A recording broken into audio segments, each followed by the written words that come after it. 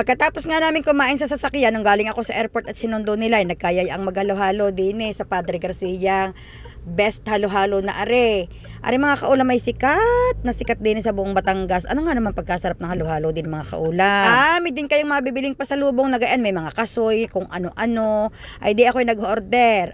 At are naman batang mahaba ang buhok na are ay anak ni Christian, si Nicole. Tapos yun ang kanyang daddy, ang aking kapatid na si Christian. Ang isa kong kapatid ang ate ko, tapos ang inay, tapos are naman ang panganay naming kapatid. Ay, sa totoo lamang ay kami ay mga walang kabubusugan. Ito gang pagkakain sa sasakyan umalis na. Ay habang nananakbo ang sasakyan pinag-uusapan kung ano daw dessert. Kakuya ba magde-dessert pagka tayo mga busog na? Tayo igay maghalo-halo. Ay akala ko na may mga nagbibiro.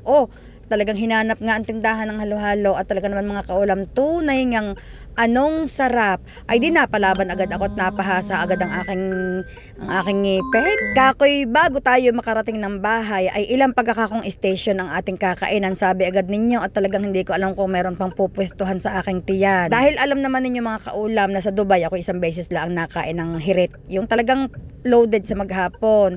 Ay di na sa Pilipinas mga kaulam, hindi ko talaga maipangako yung ganamang minsan ng ulam ay pako, minsan ng ulam ay labong. Sinong makakatanggi? Sino? Ay talagang maiipagmalaki ko nga aring halo-halo mga kaulam. Anong sarap. Ari located sa Padre Garcia. Inyo na lang tingnan ko anong pangalan doon sa akin kaninang umpisa ng video at hindi ko na rin maalaala. Ay kakoy sa isang araw ako'y babalik.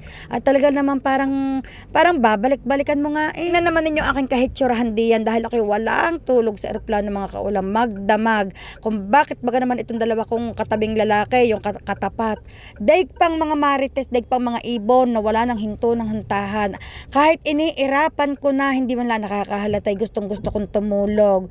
Tapos ako ngayon nahilo pa mga kaulam at ako ngayon napasok pa ng pababa na ang eroplano. At bagay ito nagpaikot-ikot sa itaas bago daig pa ang nasayaw. Ay digi ako'y sobrang iniliyo. Sa susunod ako talaga hindi na talaga sasakay diyan sa Cebu. Kahit ako'y magbarko na laang mahigpit. Ang aking mga kasama dyan mga kaulam ay silang mga nag-aya at gustong gusto raw. Aba ay sa totoong buhay mga kaulam, ako lang ang nakaubos at sila mga hindi nila mga naubos. Kakoy kayo ang mayayabang at ikanin nyo kayo mga kakain pa ng halo-halo. Ako nga kako ang aayaw sana at busog pa. Baya ko ang nakaubos ng halo-halo. Dahil siguro ako'y first time ay talagang ako'y nasarapan din mga kaulam. Ay mas masarap yung bagang kinakain halhalan pa ng halhalan, tatawanan pa ng tatawanan. Ay pag yan si Christian ang kasama ninyo talagang yun walang ubos. Walang ubos ang istorya, talaga naman mapapahalhal. Di yan nga, pagkatapos maghalo-halo ako'y nangako sa akin sarili ako hindi nakakain pagdating sa bahay at hapon na rin naman. Sabi ko, siguro yan mga alas 3 o alas 4, ganyan. Kakoy ako hindi nakakain. Diyos ko po, nung naghayin na ng ginataang labong na may native na manok, tapos ano pang yung inihayin, mga sinaing na sagisi na isda, kalaga na nyo ako'y nakapigil pa sa akin sarili.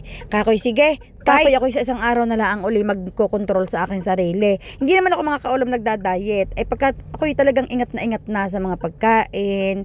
Pero pag healthy foods naman, kakoy, sige, fight na. Mahirap itanggihan, pagkakahirap tanggihan ng mga pagkain din Bay sa Dubai ako'y nakakatanggi. Pag sinabi kong ayaw kong kumain, abay hindi nga ako nakakain. Bay din anong pagkakahigpit kung hindi man lang ako makatanggi? Katulad kagabi, ang luto ng kapatid ko'y ginataang tilapia na may talong. Anong pagkasarap ng talong naman yung ibang-iba naman ang lasa noon. Kakahigpit noon ang talong na iyon. Talagang sabi ko sa kapatid ko, para ako yata naka-4 na extra rice. Ay di ngayong umaga ako'y inaalok ng pagkain. Kakoy ate, kung wag kang magluluto at ako'y hindi kakain.